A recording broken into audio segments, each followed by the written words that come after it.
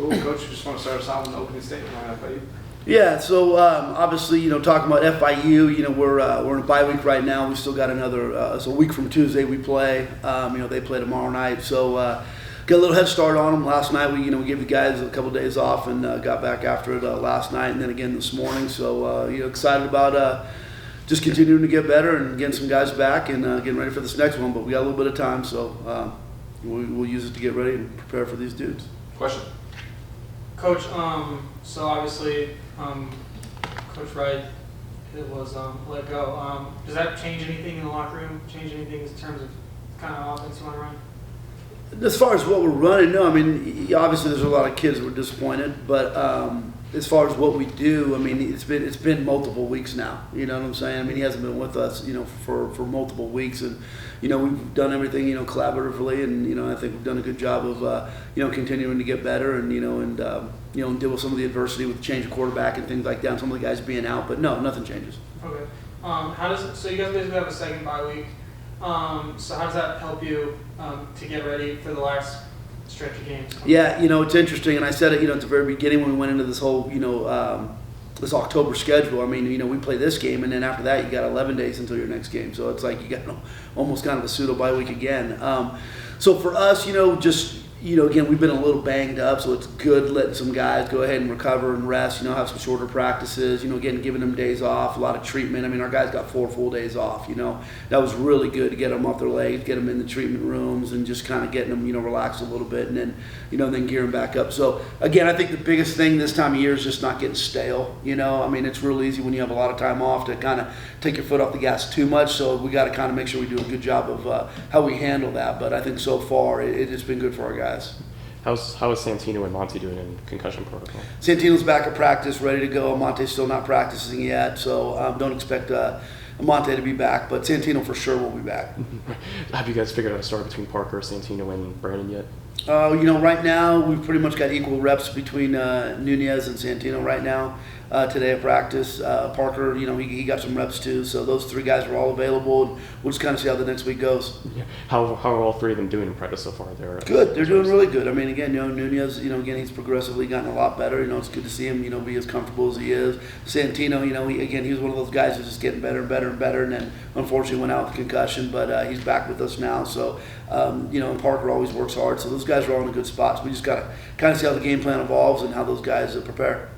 Canaan, last week against Louisiana Tech was the first time this season that you guys did not allow a sack. I'm sure Shies' return had something to do with that, but I just want to know what you saw on the offensive line for that Louisiana Tech game and just what the differences were for the rest of the season. Yeah, a big thing was just that we were able to run the ball well too, and we've been doing that all season. But I think in that game we really came together as a unit and were able to run the ball, and that makes it easier to drop back and throw and protect the quarterback. So I think that was the main thing. And obviously having Pete out there was a big deal. And so, yeah, hopefully continue it.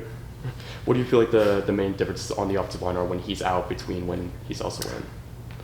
I think, just Pete, he has a lot of experience, right? He's been playing football for a long time here. So just more experience on the field when you have a guy like that out there, you know what I mean? So, and that's the main difference, honestly, just like experience and veteran type player on the field or not, you know what I mean? Nice. Tyler, so the last game against Louisiana Tech is the first time the defense was first time in a while the defense was able to kind of get stops frequently. So what exactly changed? What exactly was the difference? Yeah, I think we just attacked practice all week and came with a certain type of energy. Like we were fed up with not being able to stop teams, so we came into practice with that energy. We were communicating at a high level, and it showed on the field on Tuesday. I don't know how much FIU tape you guys have watched yet, but are there any things you guys have seen that they like to do on offense that you want to try to put a stop to? Yeah, we always got to stop the run. That's always the biggest thing. Coach Morris likes to say all the time, if you don't have a run defense, you don't have a defense. So we always start out game plans with how we're going to stop their run game. Talk to me about Kale. Of course, he got his first few sacks. He was named conference defensive player of the week this coming week, and he really kind of had his coming out party there against Louisiana Tech. So what did you see from him this season, and what did you see from the Louisiana Tech game that you maybe didn't see from him before? Yeah, I mean, it was great to see him have such a good game. He's a real long-rangey guy. He plays really hard, and he's been around the quarterback a bunch this year. But it was just good to see him, kind of cut loose and and get that. Coach Morris did a good job of creating a game plan that put those guys, in some space. We had a lot of 3-man front with him walked off the ball, and then we had some good exotic blitzes and stuff like that. And he did a really good job with it. So Kale's a steady Eddie guy. I mean, anybody who knows him knows he doesn't say too much, but he he's purposeful when he gets out there and he practices and he prepares, and it's not shocking that he had a big game like that. So I'm happy for him and the way the defense played. What do you feel like he adds to the defensive line?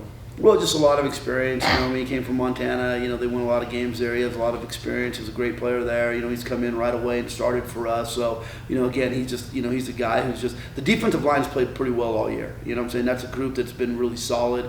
Again, the middle of the defense needed to get better. Our tackling was so much better on Saturday. I mean, tackling from the secondary, tackling, inside the box. Did a good job. Had some lapses at the end of the game. So we need to shore that up. But if we can play 4 quarters, and tackle the way we did for those first 3, I think we're in a good spot moving forward. Tyler, what's Kale like? What's he like on the field, off the field? Just what's your relationship like with him? Kale's a super quiet dude off the field. He's obviously very nice and respectful, but when he gets on the field, I would not want to be in that dude's way. He's a mean player, and he loves to get after it, so I love having him on my side. For all 3 of you, you guys are going through a stretch where you guys have one game in like 20-some days or something like that. You guys got a chance to get some extra rest. So for all 3 of you, just what has just been this time like with you guys getting a lot of rest and you only have one game in just a very long amount of time? I think it's just a reset to get ready to finish these last 5 games as strong as we possibly can. Had a little time to, just like I said, reset and get ready to go. Yeah, I agree with Canaan. It's good to get away. Sometimes from the mental side, it can be very stressful, but once you come back, you're ready to go and locked in and finish this last part of the year. Yeah, and for us, for coaches, it's a little different. I mean, obviously, we're multitasking. The game ended, and I was on a plane at 10 o'clock the next morning, flying out to go see recruits. Did that, got back. We had guys all over the country, guys in Mississippi, guys in California. We had guys in Texas, guys in, we had guys all over the place. Coordinator stayed here. We had official visits this weekend too. So, I mean, we had, like I said, we had, multiple players in on official visits. We were out on the road recruiting. And at the same time, we watched a ton of FIU film. So it's that time of year we got to crunch down and solidify this season, end it well. We got great opportunities in front of us. At the same time, keep building. What are you looking for in recruits when you do those official? Same thing as every year. You're always looking at you guys that are leaving, guys you need to replace, areas where you have weaknesses and you can get better at. And so again, it's just an evaluation process that we go through in depth with our entire staff. And whole thing is, I tell our guys all the time, it's my job to replace you. It's your job not to let me replace you. You know what I'm saying? So that's kind of how it always works. You know what I'm saying? The great players always find a way to stay on the field, and and you always got to try to bring in the most talented guys you can. It's just the nature of the game. Coach, so obviously recruiting today is a different world. Yeah. With NIL, completely different. And I know recruiting for college coaches never really stops. You guys are always trying to get new talent in. But when you go visit someone, what's your pitch to sell New Mexico State, sell yourself to them? Oh, well, just obviously, we've proved what you can do here, you know what I'm saying? Everyone's really aware of, kind of what went on. I mean, everyone, the kids were recruited, they understand, they watch TV too, and they see how many of our former players are out there, doing well at other places, and they understand that this is a great place. And I think that's the biggest thing that what's happened is it's exposed what a great place Las Cruces is, this university, the weather we have, facilities we're building. I mean, having the new locker room going, the new field in, new scoreboard, all those different things. We've had a lot of success here the last couple of years, so everybody knows the possibilities that are here now. So again, it's just selling our brand, what we're about, where we're going, and what our vision is. And I think if you do it well enough, you won't have a problem getting really good players in here. And to the other side of it, keeping play? What's your strategy as far as player retention in addition to bringing in you guys? Yeah, well, you're always. I mean, it's all about relationships. You know what I'm saying? And and you saw last year. I mean, as many good stories as there are from guys that left last year. After having success, there's a lot of really tough stories too. We've had some really good players that went on and just. they have no stats, they're not playing, or they're very limited compared to what they were doing last year. So I think, and it's not just us, this is a refresh for the whole country, you know what I'm saying? I think we're going to, look back on this whole thing's happening in real time in front of our faces. There's a lot of rules that get made without a lot of thought, and they just happen, really fast, and we're all kind of reactionary towards them. But now there's some, evidence of, hey, how this affected these young men, and, especially their playing time, because there's a lot of guys that go into the portal and they get recruited to be backups, they get recruited to be depth, and there's other guys that go in and, instantly they're out there starting and having a lot of success. And so again, we're just one of the many teams that has to deal with that. It's, obviously the success leads to a lot of eyes watching you, that's something we're always going to deal with, and we welcome it. That's all part of the game now. We're not really worried about it. Okay. So like how much of the team every year do you have to like worry about coming back and like replenishing as opposed to like how it used to be? We're in a whole different world. Great question. But if you just look at it, you look at rosters in this day and age, every year it's going to be a little different, but you can't even compare what we're living through now to where we were 2 years ago. 2 years ago, you're recruiting guys. It's a 4 or 5 year process. JUCO guys are a 2 year process.